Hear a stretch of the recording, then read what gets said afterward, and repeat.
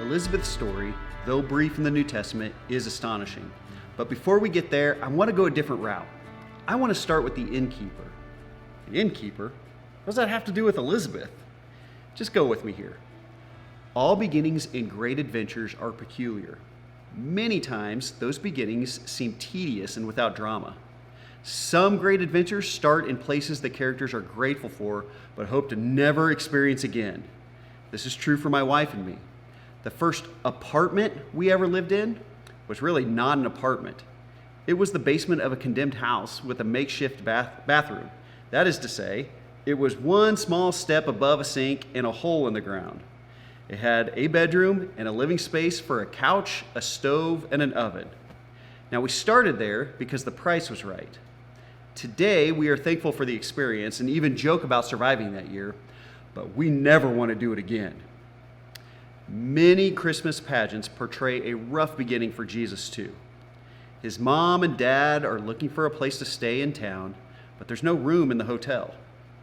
Enter the mean and grouchy innkeeper. He's the character that takes on the brunt of all of our sour emotions. There's just one problem. We've made him up. There is no innkeeper mentioned in the Bible. Go ahead, look it up. It's in Luke chapter 2. He's not there. Author Mike Glenn writes about this in an article titled "A Place to Start." He says, "We assume that if there's an inn, there must be an innkeeper. And if there's an innkeeper, he must be a bad and hateful man." But what if that isn't true? What if the innkeeper was a good guy who was just trying to make the best of a bad situation? Hey, since we're making up the story, we can make it up any way we want. Work with me here. What if, when the innkeeper realizes how pregnant Mary is, he decided that his crowded inn was no place for a new mother and her little baby boy? What if he covered the hay with quilts and blankets and made his stable as safe and as warm as it could be? For Jesus, the stable in Bethlehem may not have been an award-winning hospital or a five-star hotel. Jesus never asked for any of that anyway. The only thing Jesus was looking for was a place to start. Nothing more, and a stable in Bethlehem was a place to start. Abraham was 75 years old. Never mind, he was a good place to start. Moses wasn't very confident in his leadership skills, but that was okay. He was a good place to start. Peter wasn't much of a disciple, but he was a good place to start. Christmas is about a place to start. Now, I like that. Christmas is about a place to start. And this is where Elizabeth comes in. Liz was Zachariah's wife, and she was the one that gave birth to Jesus' older cousin, John. He became known later on as John the Baptist. We read of Elizabeth's experience in Luke 1:41 through 45. And when Elizabeth heard the greeting of Mary, and the baby leaped in her womb, Elizabeth was filled with the Holy Spirit, and she exclaimed with a loud cry, "Blessed are you among women, and blessed is the fruit of your womb. And why is this granted to me, that the mother of my Lord should come to me? For behold, when the sound of your greeting came to my ears, the baby in my womb leaped for joy. And blessed is she who believed that there would be a fulfillment of what was spoken to her from the Lord." Why is this granted to me? Elizabeth's joy matches that of the baby boy inside her womb, who both recognize the one Mary is carrying. Joy is one of the most bizarre things we encounter in the Bible. The word seems innocent and light enough, but it is fully charged with all of the spiritual electricity that a word can carry. Karl Barth once famously said, "It is astonishing how many references there are in the Old and New Testaments to delight, joy, bliss, exultation, blessedness, and rejoicing. and how emphatically these are demanded from the book of Psalms to the epistles of Paul. It shouldn't surprise anyone that we would come across joy in Advent.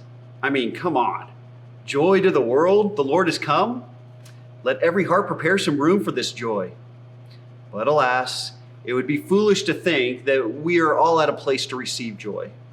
So many of us are suffering and grieving that it almost feels insulting to say that we should be joy-filled people. Yet that's the very reason that joy is so bizarre.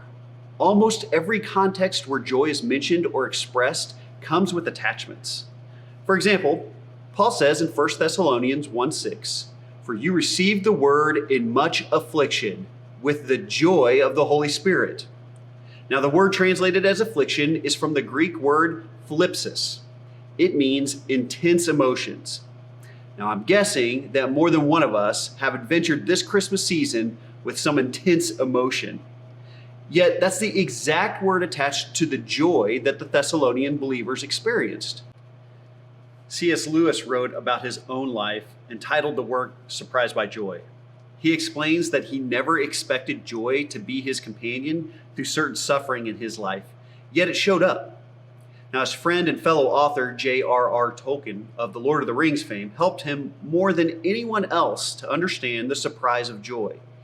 In his last book of his trilogy, he explains the joy of the story, and he says this: "The surprise of joy is not escapist, it is not fugitive, it is miraculous grace. It's the sudden, joyous turn. It does not deny the existence of sorrow or failure. The possibility of those is necessary for joy to be the joy of deliverance, but it can give to the child or a man who hears it, when the turn comes, the joyous turn. It causes that man or child to catch his breath. It gives him a beat and a lifting of the heart as joy." What a precious gift to receive this Christmas. The arrival of Jesus does not deny the existence of your sorrow or failure. I believe Elizabeth understood this. I mean, after all, she was barren and of advanced years. Yet she found joy knowing that the Messiah's arrival meant everything. The king who arrived in a barn because the world around him had no room for him brings deliverance. When he breathed his first, mankind caught our breath because of our sudden joyous turn. It is at this season, when some of us find ourselves at our lowest, that God shows up in miraculous grace with both a meek and thunderous voice saying, "Surprise!" What a gift, and it's yours to embrace.